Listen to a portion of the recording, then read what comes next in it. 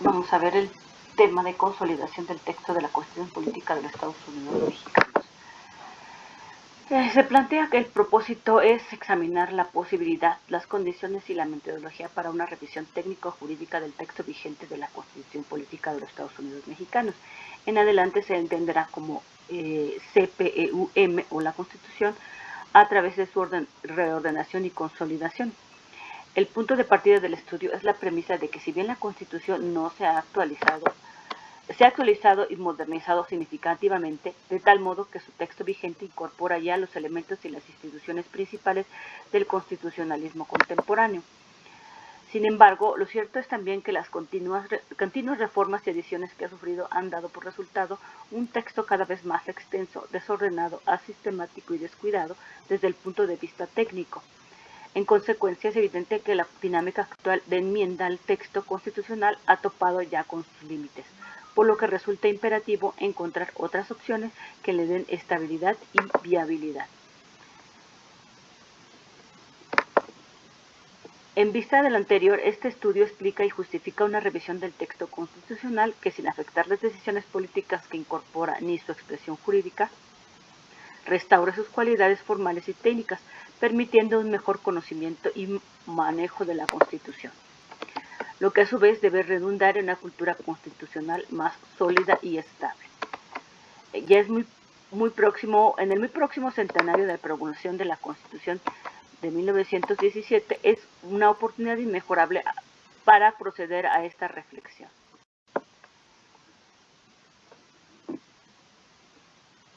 Este estudio se divide en 4 apartados. De hacer una descripción sumaria de la dinámica de la reforma y el texto de la Constitución en su primer parte. En la segunda parte expone un diagnóstico sintético de los problemas y defectos que presenta el texto vigente. El tercero describe la metodología que se propone para la reordenación y consolidación del nuevo texto constitucional, y el cuarto explica una propuesta que necesariamente acompaña el ejercicio de reordenación y consolidación del texto constitucional. La elaboración de una ley de desarrollo constitucional es lo que se propone, que pueda incorporar muchas de las disposiciones de tipo reglamentario que actualmente se encuentran en la Constitución y que son las que con más frecuencia han experimentado variaciones en su contenido y extensión. Estamos hablando, por ejemplo, en el artículo 123, en el 27, en el segundo y algunos otros que veremos más adelante. Se trata entonces de un mecanismo innovador que, sin embargo, tiene antecedentes en nuestra propia vida constitucional. También cuenta con numerosos ejemplos en el derecho comparado.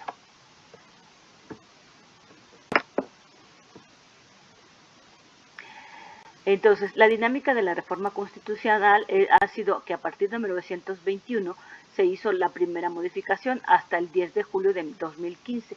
El texto de la Constitución de los Estados Unidos Mexicanos ha sufrido 642 cambios a través de 225 decretos de reforma constitucional.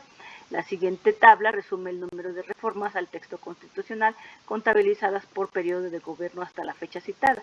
La tabla refleja también el porcentaje relativo de los cambios por periodo de gobiernos, el número de decretos expedidos por cada uno de ellos. Por último, la extensión en palabras del texto constitucional al final de cada uno de dichos periodos a partir de 1970. A la tabla que nos referimos la podemos encontrar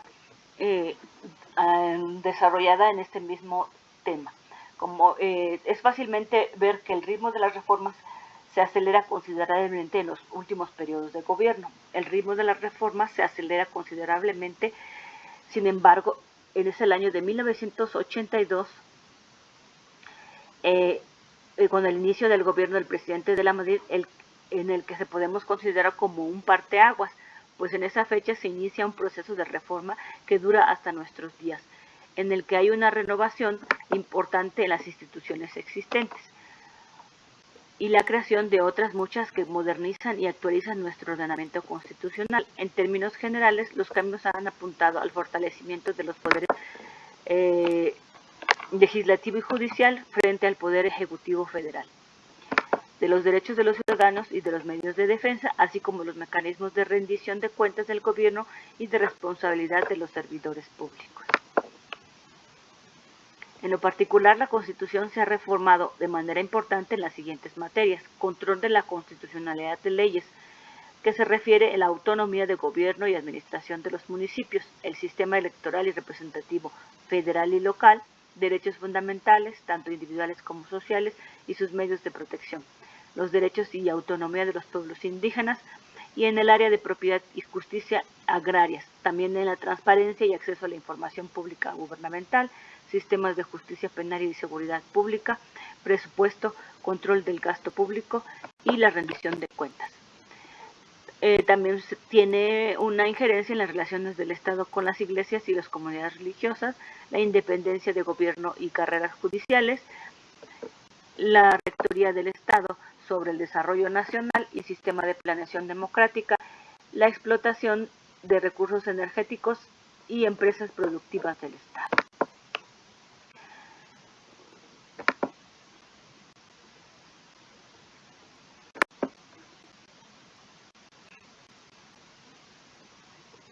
Entonces podemos detectar en ese sentido que han habido muchas áreas donde se le ha hecho modificaciones y adiciones a la Constitución, haciendo muy gruesa la situación en cuanto al cúmulo de actividades dentro de la Constitución, en cada articulado abriéndose apartados o incisos que van desde apartado A o B, como ocurre en el artículo 123, y en otros artículos donde se pone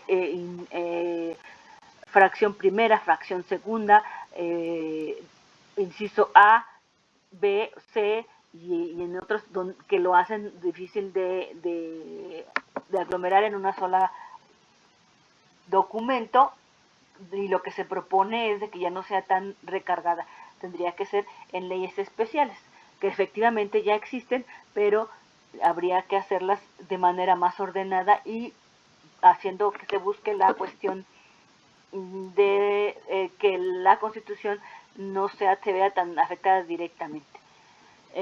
También existe la creación de organismos constitucionales autónomos como la Comisión Nacional de los Derechos Humanos de 1992 a 1999, también se creó el Banco de México en 1993, el Instituto Nacional Electoral de 1996, 2017 y 2014, el Instituto Nacional de Estadística y Geografía el 2005, el Instituto Nacional para la Evaluación de la Educación, la Comisión Federal de Competencia Económica, el Instituto Federal de Telecomunicaciones y el Consejo Nacional de Evaluación de la Política de Desarrollo Social de 2013 y el Instituto Nacional de Acceso a la Información y Protección de Datos Personales. Si bien sí efectivamente se hacen creando las instituciones, pero todo queda determinado por la Constitución, que efectivamente de ahí debe de partir, pero solamente se debería de hacer el señalamiento y efectivamente crear el reglamento a través de los organismos que se crean de estas instituciones. Entonces, la nueva composición de la Suprema Corte de Justicia de la Nación y la ampliación y especialización de sus facultades de control constitucional también ha sido un área en el cual se ha hecho diferentes modificaciones. También se ha creado el Consejo de la Judicatura Federal como órgano de gobierno y administración del Poder Judicial de la Federación en 1995 y 99, creación de la Auditoría Superior de la Federación como órgano de la Cámara de Diputados del Congreso de la Unión con autonomía y técnica para la fiscalización y evaluación del desempeño de las autoridades públicas. 1999, también se dio en 2009 y en 2015, así como la creación de la Jurisdicción Electoral Federal de 1987, 1990, 1993, 1996 y 2007. La creación de tribunales agrarios también se dio en 1992, en donde también se hace la creación de una jurisdicción especializada para los menores en 2005 y 2015, el reconocimiento y regulación constitucionales de los organismos de protección de derechos humanos electorales y de transparencia y acceso a información pública gubernamental. En 1992, 1996, 2007 y 2014. Tenemos también que este giro se da a partir de 1982 y también se refleja en datos cuantitativos. Casi todo, 2/3 de las reformas, 66.9% y más de la mitad de los decretos, el 56.4%, son posteriores a diciembre de 1982. La nueva dinámica se refleja también en el crecimiento del texto constitucional medido en palabras. El texto original de la Constitución de 1917 tenía 21,000 palabras de extensión. 75 años después, en 1982, al concluir el mandato del presidente López Portillo, el texto se había aumentado en un 42.6%, alcanzando casi 30,000 palabras. Con el presidente de la Madrid se inicia un crecimiento mucho más rápido como efecto de una modernización constitucional más intensa, que se hace vertiginoso con el presidente Calderón, el Peña Nieto, durante cuyos mandatos el texto aumenta en más de 20,000 palabras, lo que equivale prácticamente a la extensión del texto original. En resumen, el 10 de julio de 2015, el texto vigente de nuestra Constitución tenía más de 3 veces la extensión del promulgado el 5 de febrero de 1917. Entonces, puede argumentarse esta cuestión de la extensión por sí misma, podría no ser un problema, pero el derecho comparado conoce numerosos ejemplos de constituciones muy extensas. El más conspicuo es la Constitución de la India, con más de 100,000 palabras de extensión, y los estudiosos del tema mencionan también que la Constitución del Estado de Luisiana de 1921 llegó a tener más de 250,000 palabras antes de su sustitución en 1974. Las constituciones recientes de algunos países latinoamericanos, como las de Brasil de 1988, Colombia 1991, Venezuela 1999, Ecuador 2008 y Bolivia 2009. Estos son textos bastante prolijos, cuya extensión oscila entre los 40 y 50,000 palabras. Es decir, de algunos estudiosos, estas constituciones son representativas de un nuevo constitucionalismo norteamericano, una de cuyas características es precisamente la de contar con textos muy extensos y detallados, cuyo propósito es que el pueblo, en ejercicio de su poder constituyente, enuncie con toda claridad las normas que deben conservar los poderes constituidos, incluyendo los órganos de control de la constitucionalidad. Con independencia de si los argumentos favorables de un texto constitucional extenso y detallado son convincentes o no, el problema con la Constitución de 1917 radica más bien, como ya se apuntó, en la falta de orden y de sistema del texto actual. Pero hay que tomar en cuenta también, y sobre todo, que la dinámica de la reforma constitucional no ha concluido, pues muy probablemente que habrá nuevos cambios que contribuirán a aumentar la extensión actual del texto constitucional y no se advierte que tal dinámica vaya a detenerse en un futuro próximo. A diferencia de otros tiempos en que la reforma constitucional era sustancialmente un producto de las decisiones más o menos unilaterales del presidente de la República, en la actualidad los cambios constitucionales se derivan de los acuerdos de los partidos políticos nacionales. Tenemos entonces los que tienen fuertes incentivos para fuertes incentivos para incluir en el texto constitucional los detalles puntuales de dichos acuerdos, a fin de protegerlos frente a las mayorías legislativas ordinarias y evitar también la posible impugnación de su constitucionalidad ante los tribunales. No obstante, estos acuerdos no son permanentes, sino que están sujetos a revisión en periodos más bien breves, como lo demuestra de manera ejemplar el régimen electoral. La solución a esta problemática no consiste naturalmente en impedir que las fuerzas políticas lleguen a acuerdos a uno de los elementos centrales y cotidianos de toda democracia, ni que los plasmes en normas jurídicas que les ofrezcan certidumbre y seguridad. Más aún, la inclusión más o menos detallada de los acuerdos políticos en los textos constitucionales es uno de los factores que contribuyen a la longevidad de una constitución. Por tanto, de lo que se trata es de buscar un mecanismo que logre estos mismos resultados, pero sin la modificación tan frecuente del texto de la Constitución ni la alteración de los fundamentos constitucionales de las instituciones públicas. Ello se lograría a través de la articulación del texto reordenado y consolidación de la Constitución con una ley de desarrollo constitucional que pueda ser revisada y actualizada con la frecuencia que requieren las circunstancias políticas en el marco de las decisiones básicas ya recogidas en la ley fundamental. Conviene agregar, por último, que los ejercicios de revisión técnica y consolidación de los textos constitucionales tienen numerosos antecedentes en el derecho constitucional comparado. Entre los más significativos de los últimos años podemos citar el de la Constitución de la Confederación Helvética Suiza de 1999-2000, que fue resultado de un proceso de revisión que duró varios años con propósitos y métodos similares a los explicados aquí. En 1987, el Parlamento Federal instruyó al Gobierno Federal a elaborar un proyecto actualizado de texto constitucional en los siguientes términos. El proyecto pondrá al día el derecho constitucional vigente, escrito y no escrito, lo presentará de manera comprensible, lo ordenará sistemáticamente y unificará el lenguaje y la densidad normativa de los preceptos individualizados. La novedad de tal propuesta está en la articulación del texto constitucional revisado con las leyes de desarrollo constitucional. Como tercer punto tenemos un diagnóstico sumario del texto constitucional vigente. En este apartado se describe sin afán de exhaustividad algunos de los defectos formales y técnicos evidentes que el continuo proceso de reforma ha introducido en el texto constitucional vigente. Como ya se dijo, las reformas y adiciones han provocado un notable desorden y falta de técnica y sistemática de los temas regulados de los diversos artículos constitucionales. En la mayoría de los casos no se trata de errores graves que no pudieran subsanarse mediante la interpretación, pero la elaboración de un texto renovado debe sin duda corregirlos. A continuación se describen algunos de estos defectos y errores. La presencia de disposiciones duplicadas. En diversas partes del texto constitucional se incorporan disposiciones duplicadas, es decir, que su contenido se reitera en otras partes de la Constitución.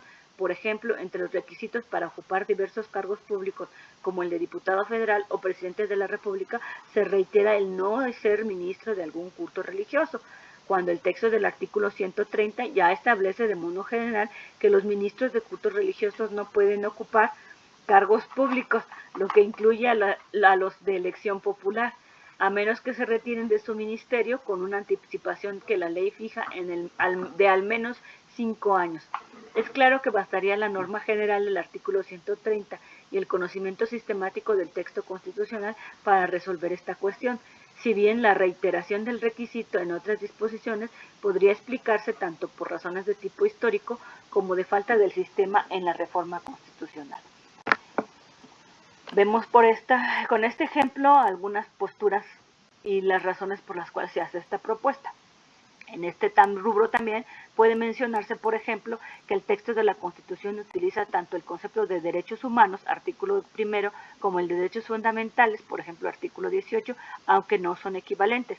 Del mismo modo, podemos contrastar la terminología avanzada en materia de derechos humanos que emplea el artículo 1 a partir de la reforma de junio de 2011.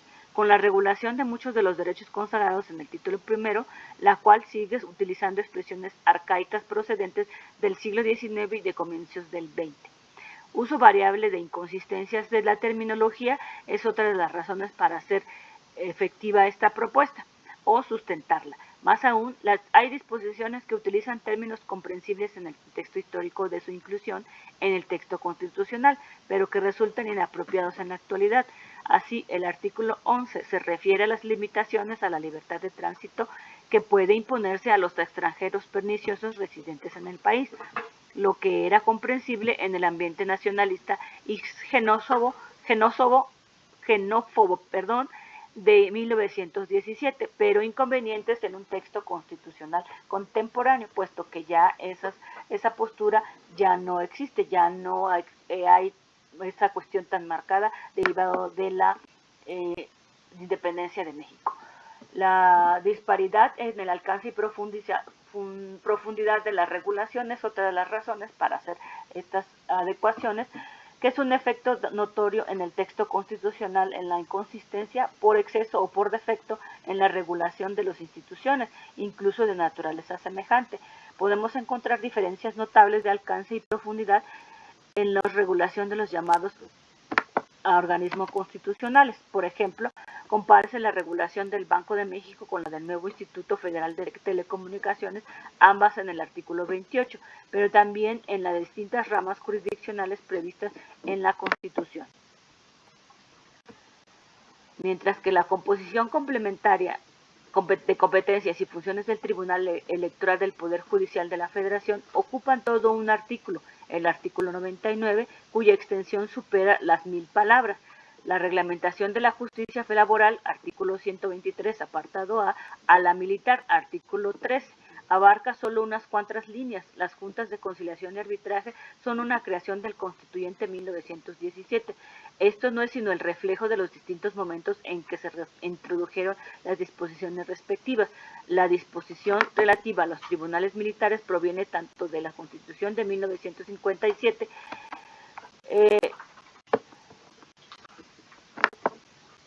como el texto original de 1917. Mientras que el artículo 99 vigente es producto de las reformas consensuadas entre los partidos políticos nacionales de 1996, 2007 y 2014. Entonces existe un desorden y falta de sistema en la materia regulada en los artículos constitucionales. Idealmente, cada artículo constitucional tendría que abordar de manera ordenada y completa la regulación de algún tema. Si bien en cada reforma se ha procurado incorporar las adiciones en artículos afines, el conjunto de las modificaciones no respeta la lógica, de modo que, así como hay artículos que agrupan temas dispares, por ejemplo, el artículo 94 sobre la integración del Poder Judicial de la Federación, hay otros que disgregan temas comunes que podrían agruparse en un solo artículo. Por ejemplo, el artículo 57 relativo a los suplentes de los senadores,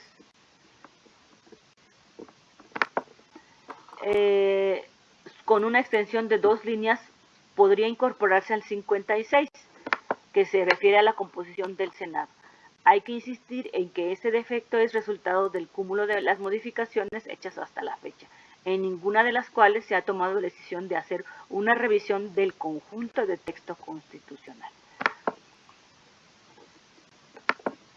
Para dar 2 ejemplos más de este problema, el artículo 41, que tenía 63 palabras en el texto original de 1917, es ahora el artículo más extenso de la Constitución, con más de 4.000, y contiene al menos 3 materias que podrían y deberían regularse en disposiciones distintas: las elecciones federales y las campañas electorales, los institutos electorales y sus funciones, y el régimen constitucional de los partidos políticos. El segundo ejemplo es el artículo 18, que regula sustancialmente el régimen penitenciario, pero al cual se agregó la reglamentación del sistema de justicia para adolescentes, que justamente pretende evitar que este grupo de población entre en contacto con el sistema penal.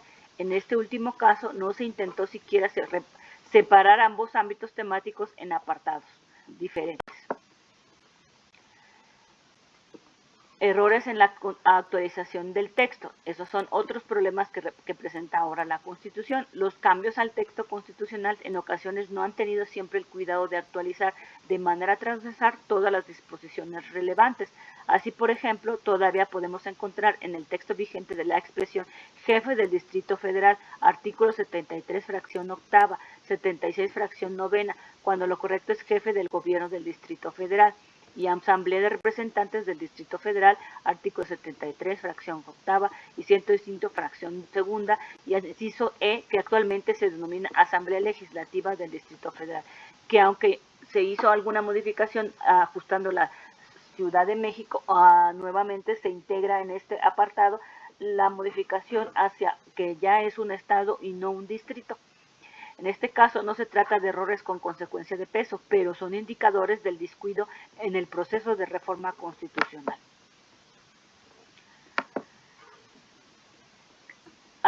Quizá el problema más evidente del texto constitucional sea el incremento constante de su extensión.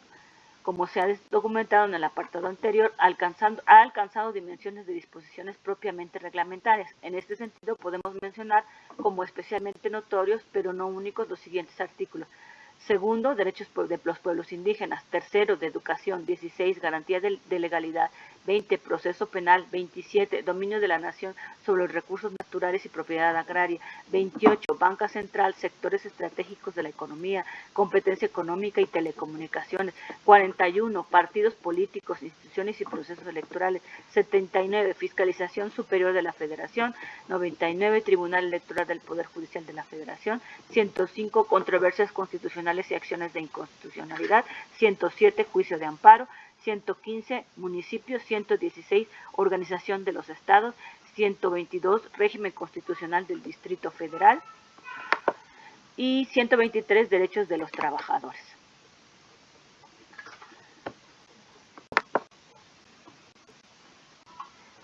En estos últimos artículos parecen tener en común que el desarrollo de verdaderos programas de gobierno y el diseño de auténticas políticas públicas, más que meramente establecer los lineamientos constitucionales esenciales que hacen posibles unos y otros, por lo que no es sorprendente que al cambiar o ampliarse las prioridades políticas se vuelva necesaria la reforma constitucional. Las políticas públicas son mucho más dinámicas y variables que el texto constitucional, por lo que no resulta conveniente fijarlas en este. Otros artículos comprenderán numerosas disposiciones que corresponden propiamente a la legislación secundaria, y el artículo 20 constitucional, relativo a las garantías del proceso penal, se ha convertido en un verdadero código de procedimientos penales, en lugar de mencionar y definir solamente los derechos de las personas acusadas o víctimas de un delito, así como los principios más importantes de la materia. Estos ejemplos de defectos del texto constitucional y muchos otros que puedan citarse pueden corregirse a través de los criterios y metodología que se presenta en el siguiente apartado.